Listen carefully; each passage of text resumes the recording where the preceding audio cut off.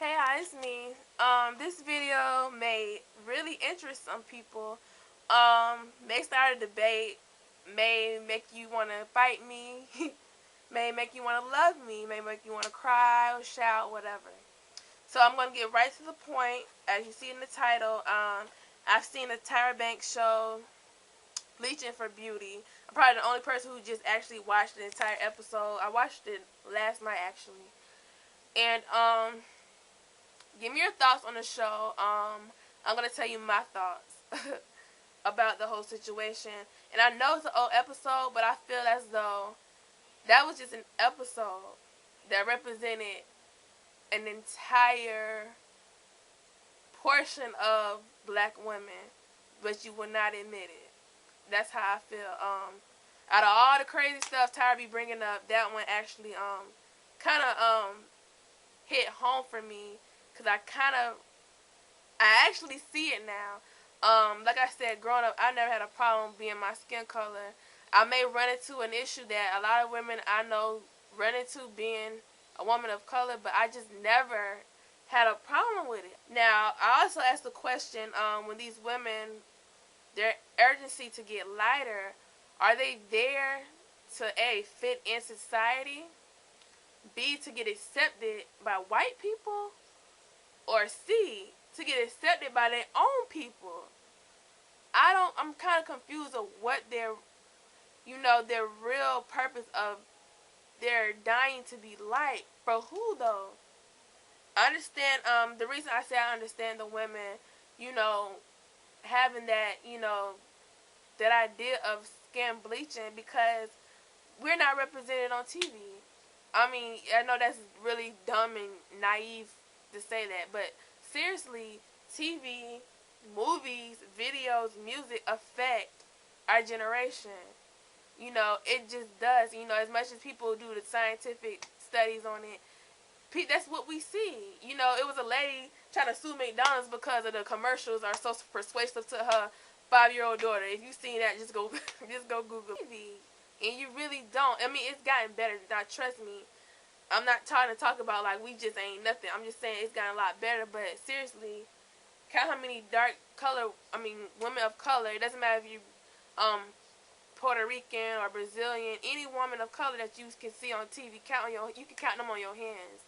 But other colors, well, it's only one color that's on there. Lighter colors, you run out of fingers and toes. Where, let's say a biracial man is running the country, I don't want to put slavery in. Let's try to do this. Let's not put slavery, nothing in this topic. Let's see if you can do that. That's y'all project.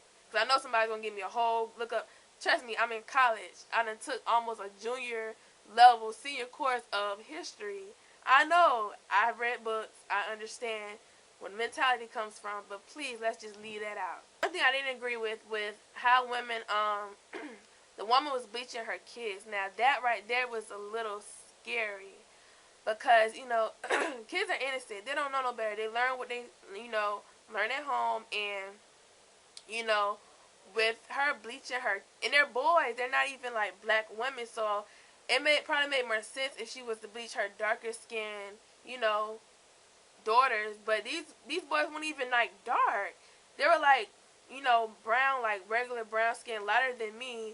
One of them, instead the other one was darker, so she said he needed a little more bleach because he was extra chocolate. And he's like, yeah, I gotta get, they don't know no better. So that kind of disturbed me as to why she has to bleach her males. It just, that right there just gave me the idea that she really has a psychological issue with skin color. I can't really remember. Just watch it. But she was also bleached, so she learned that from her mother. So the whole thing just keeps coming and keeps coming and keeps coming. So what I'm saying here, I don't want to bring up slavery because she could stop that cycle with her children. She could raise her sons. I'm not saying she's a bad mother, but she could stop the cycle. You can stop cycles. You tell them sons, black is beautiful, black is beautiful, black is beautiful. They're going to grow up saying, black is beautiful, black is beautiful, black is beautiful. But if you're doing the same thing your mother did to you, look how corrupt you are. So it's just adding on to the cycle of this colorism war, you can say. Who's to blame for this? I don't feel like you can't blame the black man for not wanting a dark skinned sister because whatever. I don't feel like you need to blame the white lady either. I don't feel that you even need to blame these ladies. I think society as a whole is messed up. And you'll understand more when I explain what I did today.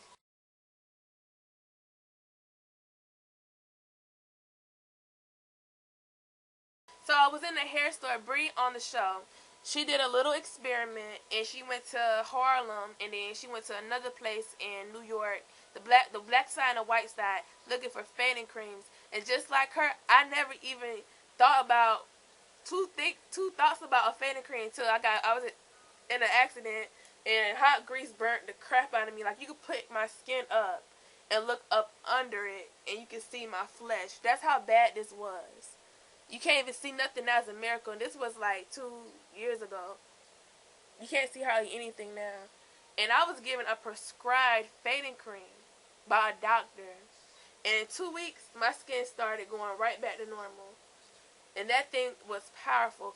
So I can't imagine putting that all over my entire face. Like, it just really, that also bothered me too when I realized I had to use a fading cream, to heal my wounds because these were really bad. I mean, there was like outrageously bad, and now look, and then 2 years look. So just imagine putting this on my complexion and what my face could look like in 2 years if I put that same medicated fan cream on my face. I'm like a white lady. No offense, I'm just saying. That's all I use, and then I use my black soap as a skin toner. And in the on previous videos that were made during the cold season, people thought I was fading my skin. People thought I was like, AJ, why are you so light? What's going on? No, my skin changes colors. In the summertime, I'm darker than I am here. I'm like two whole different shades now. I was on 148N, now I'm on 146. I am an NW45 now again, but I will be back to an NW50. So my skin changes colors, and most brown skin and caramel people, their skin change dramatically. I know people who caramel skin, they look like a whole different person in the summertime compared to the wintertime. So on that note, these brown skin ladies, I'm pretty sure their skin changes too, because my skin changes the same exact way. So right now, I'm probably at my lightest point right now, since it's wintertime. So just imagine these ladies who are bleaching their skin.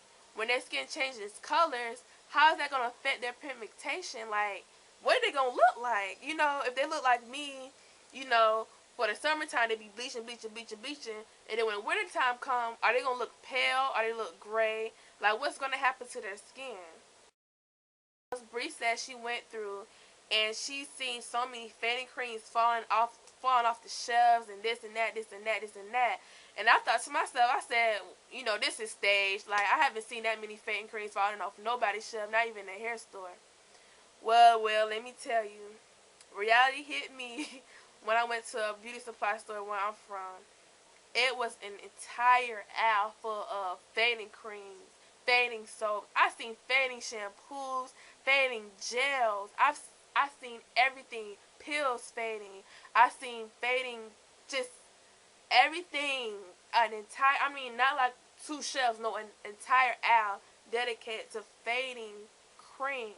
An entire aisle. There was a few names of some products that I read, and I was in this aisle for like 30 minutes. I was just like, oh my God, it never hit me she's right. It just never hit me that fading creams are only in African American stores. I just never. So it was this brand called Black and White. I seen it in Walmart also because it's next to the black soap. And the soap Black and White, on the back it said a skin whitener, and it was ironic that on the front of the cover is a circle, half of it's black, of course, half of it's white. On the back, if you read like the I guess the description of the product, the black and white product will tell you a skin enhancer, beautiful skin, perfect skin, lighter skin, silkier skin, but it's black and white. So right now I'm gonna just point out some things. I'm not here to just put my point across. I just want y'all to think, because I like thinking. So they put in black and white. They put a dark side and a white side. So right there is just showing you black. Do I want to look like that, or do I want to look like that? That's what I thought of when I seen the black and white fading cream.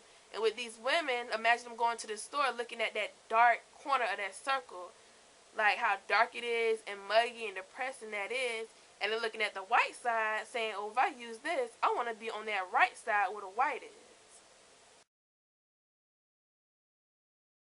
Product that I found that was really interesting to me also was the African Venus skin perfector cream. I just wrote it down for what I remember. I wish I had a camera in there to show y'all, but just go look for yourself.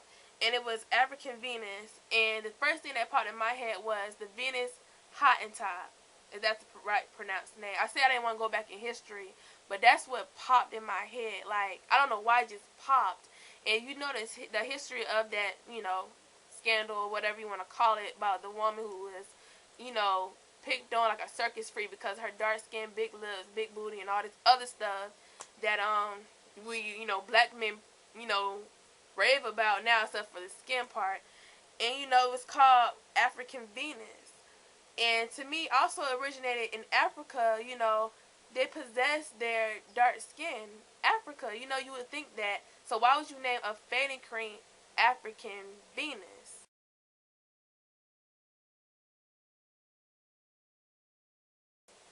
You know, it just kind of got me thinking, like, this fading cream has a name, African Venus, but it's promoting something we totally are not born with. We totally are not. I'm talking about dark-skinned women, period.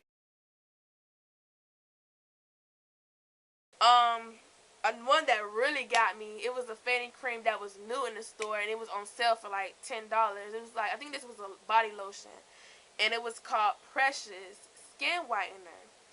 And first thing that popped in my head was Precious. Of course, who else? The movie Precious. The total opposite of what society accepts.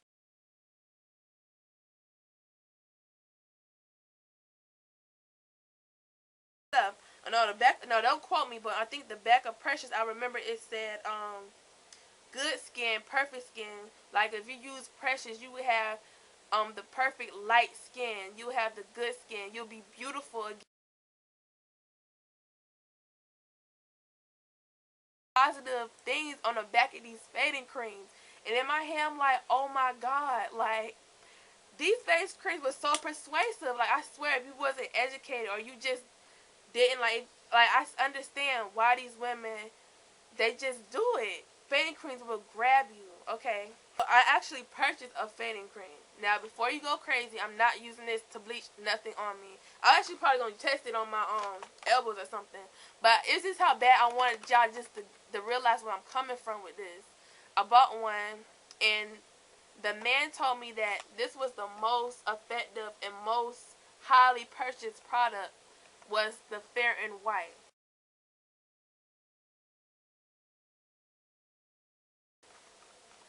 fading cream. Out of all the fading creams, and this fading cream was actually under the shelf. It was $11.99, and it was under the shelf behind the counter. And I was like, well, why is it? That's when I was just amazed. I was just like acting like I was a scientist. I think I lied and told him I was doing a project. Yeah, I told one of the Chinese men I was doing a project or something. And I said, so why is this behind the counter? He was like, because so many people try to steal this product. I said, they try to steal it. He was like, yeah, they're crazy about it. They say it works the best. It's the best seller. So, with the name Fair and White, you know, this, for someone like the women on Tyra Banks, this would be more grasping to them. And I think they actually, one of them actually used this product. Just think of the name Fair and White. It just brings out so many thoughts in my head by these titles.